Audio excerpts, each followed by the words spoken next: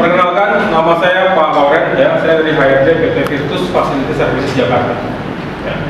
Kedatangan saya ke sini dalam rangka melakukan seleksi, ya, seleksi bagi rekan-rekan yang berminat untuk bekerja di PT Virtus Facility Services di Jakarta. Nanti saya juga akan menyampaikan sedikit presentasi terkait dengan Virtus seperti apa, gitu ya. Rekan-rekan mendapatkan gambaran. Ada yang belum bekerja? Yang belum bekerja boleh angkat tangan. Mayoritas belum bekerja ya. Silakan. Oke. Jadi tolong gunakan kesempatan kali ini benefit ya. Nanti jika rekan-rekan yang berminat mengikuti sesi bisa ikut ya ini dan selesai pelatihan kerja pertama nanti baru kita akan ngomongin lagi seperti apa prosesnya. Ya, nanti di materi presentasinya akan dijelaskan apa-apa seperti apa, begitu pula dengan gaji yang akan diberikan seperti apa. Ya, sementara supaya rekan-rekan bisa PT Virtus Facility Services ini nama perusahaan kami, ya. Nah, saya akan sedikit mengulas masa pandemi, ya, COVID, di mana ada beberapa perusahaan yang mungkin slow down, gagal bisnisnya. Terjadi juga mungkin pengurangan ya. Nah, saat ini juga mungkin masih dalam masa pemulihan atau recovery. Jadi makanya belum bisa 100% berjalan secara normal. Kalau kita lihat sekilas di sini ya, ini terjadi jumlah pengangguran itu sekitar 8,3 juta orang ya di Indonesia. Ini tahun 2022 masih ditambah lagi di bulan Juli ada lulusan sekolah baru SMA ya dan SMK yang belum bekerja atau dia belum melanjutkan ke jenjang perkuliahan. Jadi berarti kan saingan rekan-rekan cukup banyak ya.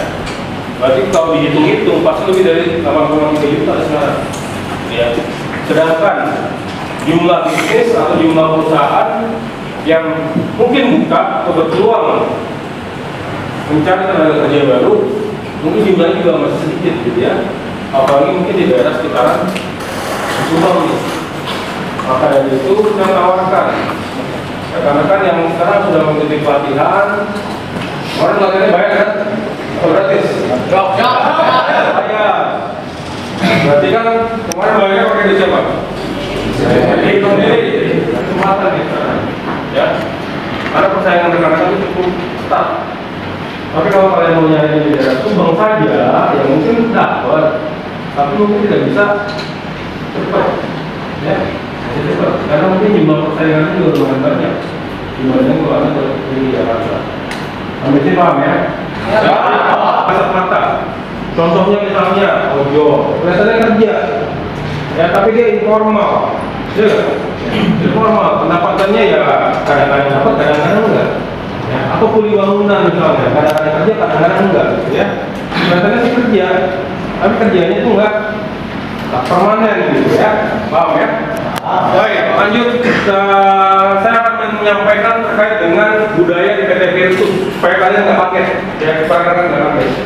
Jadi di PT Virtus itu budayanya yang pertama adalah disiplin kerjanya tinggi, ya, disiplin kerjanya tinggi. Apalagi rekan-rekan ini semua kan kerjanya pasti mau ngomong sebagai security kan? Ya. Nggak ada kan yang mau jadi manajer sekarang ya, pasti security dulu ya.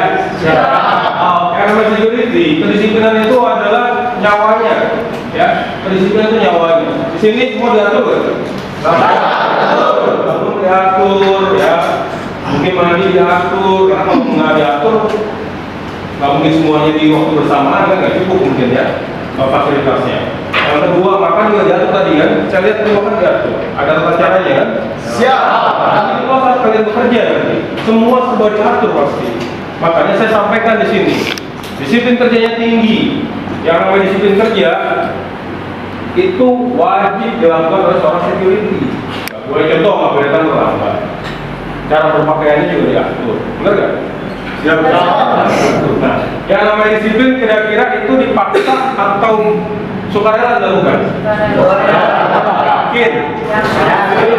Yakin disiplin itu sukarela? Yang setiap hari bangunnya jam 4 pagi siapa? Setiap hari jam 4 pagi. Ini ada berapa orang di sini, Pak? 80 ya? 60. Berapa?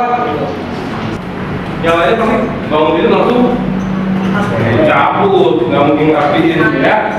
Nah, jadi yang namanya disiplin itu wajib dipaksakan, ya pasti wajib dipaksakan. Oleh karena itu kalian perlu melakukannya secara terus-menerus supaya terbiasa, ya supaya terbiasa. Dan yang namanya orang sukses itu pasti harus disiplin. Kalau nggak bisa disiplin nggak menjadi orang sukses. Karena itu adalah harga mutlak yang harus dibayar kalau kita mau sukses. Contoh tadi, pagi, berpakaian rapi, semua serba diatur. Itu adalah kedisiplinan. Ya, sepakat ya? Ya. Terus tiba-tiba nanti masuk kontrak kerja sama saya, terus ngadep nih. Dan saya mau pindah area dan saya mau mundur dan kenapa? Saya nggak cocok kerjaannya begini, begitu. Dari awal sekarang saya udah ngomong. Yang namanya kerja enggak? Enak. Udah itu. Ya.